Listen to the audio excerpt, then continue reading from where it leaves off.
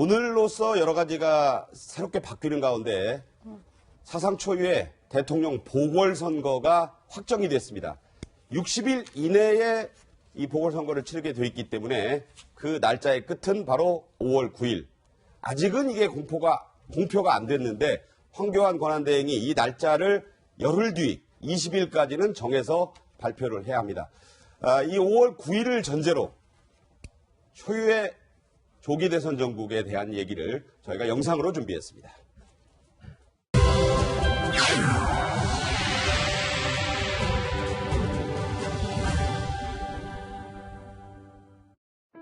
서거하신 박 대통령의 유족들이 오늘 청와대를 떠납니다. 마지막 고별 인사를 드립시다. 단란했던 5가족, 아버지와 어머니 그리고 3남매의 청와대 생활은 1979년 이렇게 막을 내렸습니다. 27살의 영예 박근혜는 부모를 잃고 이곳을 떠났습니다. 다시 돌아올 거라고 생각지 못한 마지막 날이었습니다.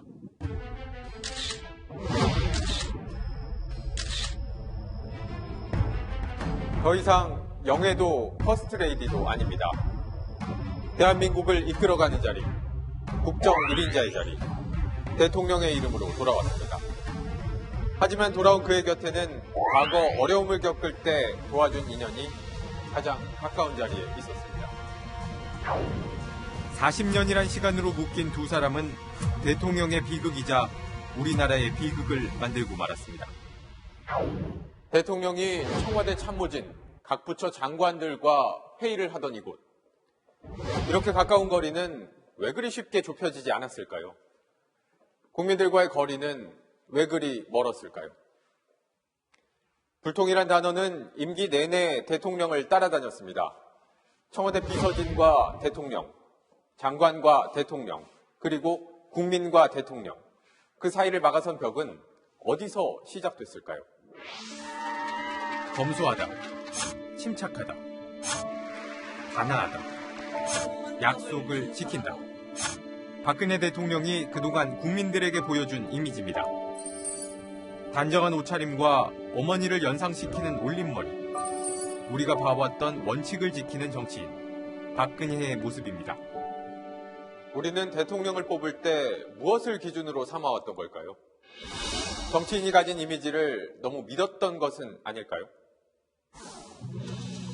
텅 빈 청와대에는 숙제가 남았습니다. 대한민국이 다시 한번 실패를 반복하지 않기 위해 우리가 해야 할 일, 바로 검증입니다.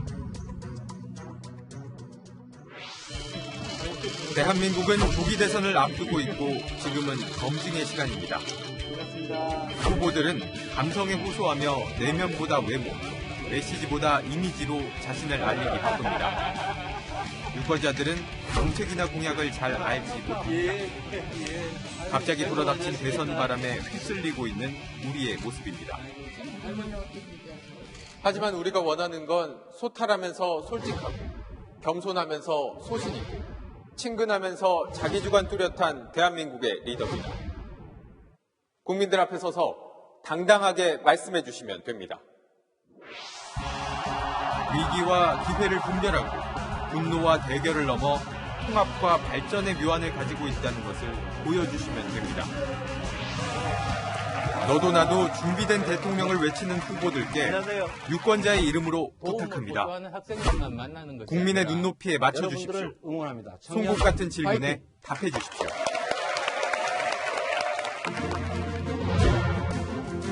한 표를 행사하기 전 검증이라는 유권자 권리는 존중받아야 합니다. 대한민국의 주권은 국민에게 있고 모든 권력은 국민으로부터 나오기 때문입니다.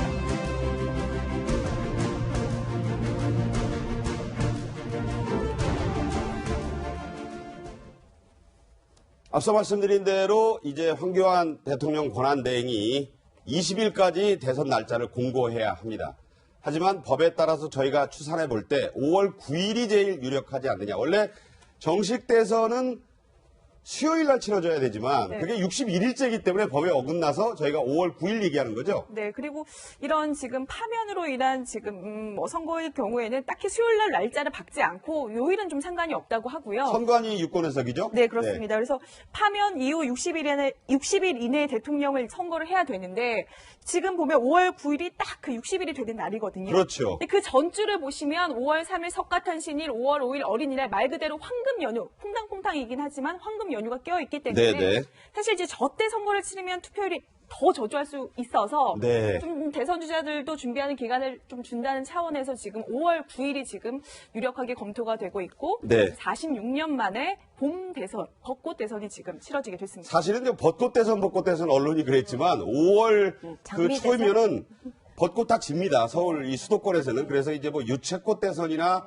철쭉꽃 대선 얘기 나오는데 꽃에 비유하자면 그렇습니다. 자, 민주당에서도 이제 경선 일정이 어느 정도 나왔나요, 의원님? 예, 이제 저희는 1차 선거인단은 이미 모집을 어제까지 했고요. 그래서 163만 명이 이제 넘는 분들이 신청을 했습니다. 현재는 163만 명이요. 예, 그래서 어제로 이제 닫았고요. 1차 선거인단 모집은. 그리고 2차 선거인단은 12일부터 시작해서 열흘 동안 21일까지 계속됐는데 네. 글쎄요, 굉장히 그 열화 같은 그런 관심을 보여주고 계셔서 고무되어 있기는 합니다. 예. 네.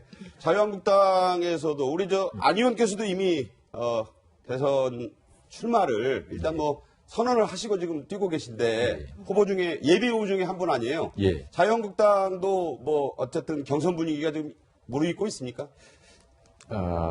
제가 그 말씀드리기 전에 한 말씀만 더 드리고 네네. 가겠습니다. 이제 민주당의 사드 입장에 관해서 저희들이 알기로는 사드 문제는 이미 정부에서 결정이 된 것을 지금 집행하는 중인 것으로 알고 네. 있고 또 아닌 게 아니라 뭐 김정은이 형도 독사라고 이 곡사포로 고모부를 죽이는 사람인데 미사일과 핵 개발을 고도화하는 마당에서 우리 네네. 방어 수단이 유일하다는 것이고 그래서 이것을 하루라도 늦출 필요는 없다.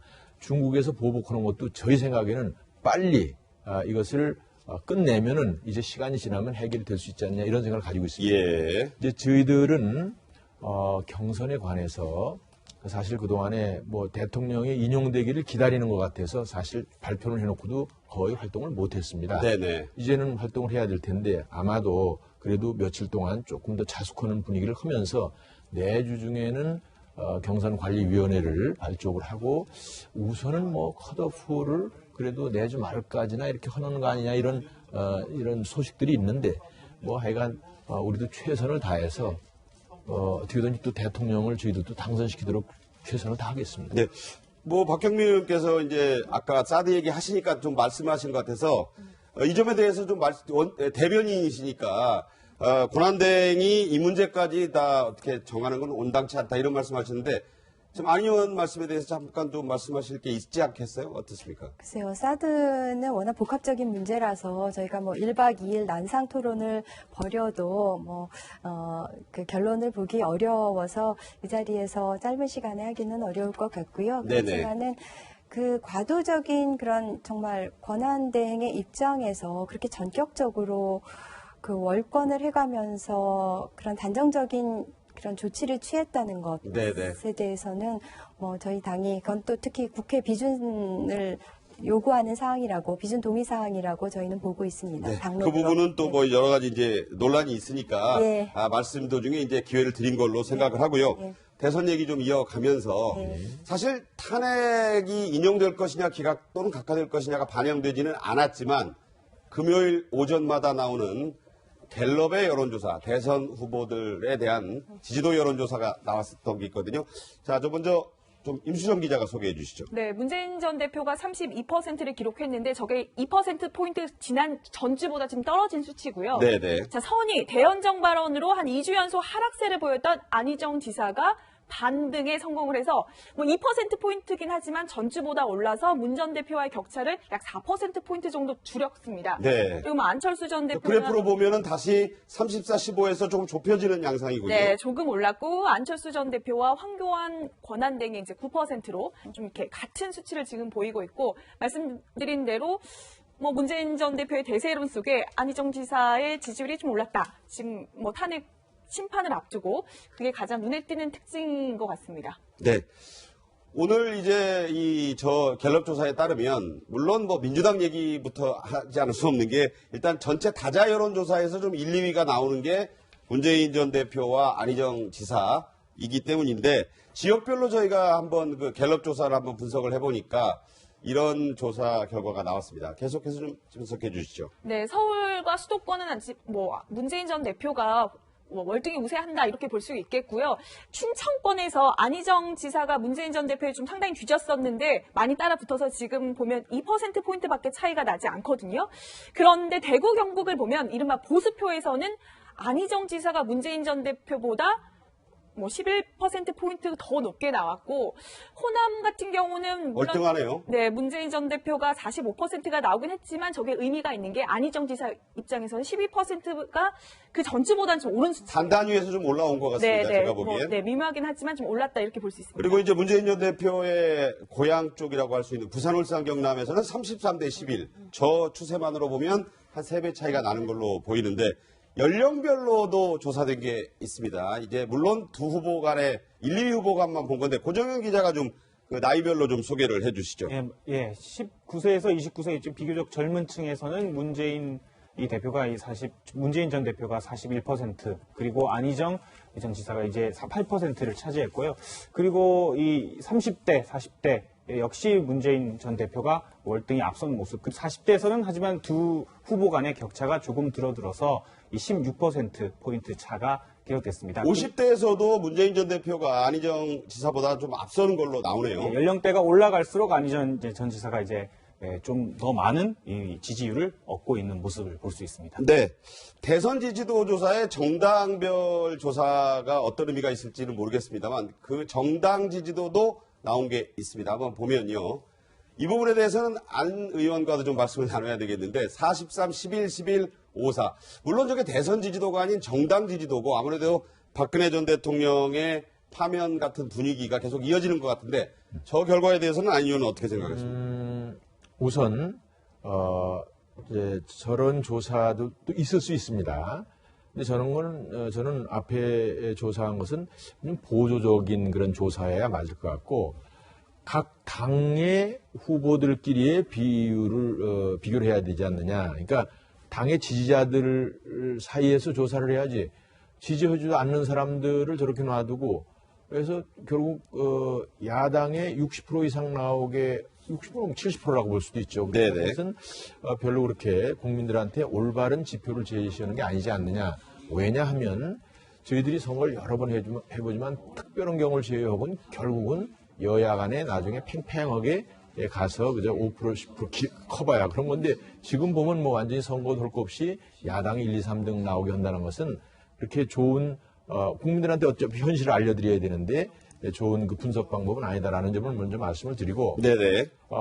저희 생각에는 일단 저희 자유한국당이 이제 정말 이름을 바꿔선 지가 얼마 안 됐습니다. 네. 국민들 중에서도 아직도 새누리당 하는 사람도 많고 이런 판이고 그래서 일단 보수의 적통으로서의 위치를 공고히 나가고 또 특히 제가 지난 한 보름 정도를 전국의 그 시도당을 임명진 위원장과 같이 다니면서 교육 겸 뭐 그야말로 질문도 받고 이런 행사가 있었습니다만 당원들의 열기가 이제 다시 살아나고 있습니다. 네. 그래서 우리도 재기를 하고 그래서 국민들한테 뭔가 희망을 줘야 되겠구나 이러는데 그러면서 이제 역시 싸이 보수라고들 하죠. 아직도 샤이 죄송합니다.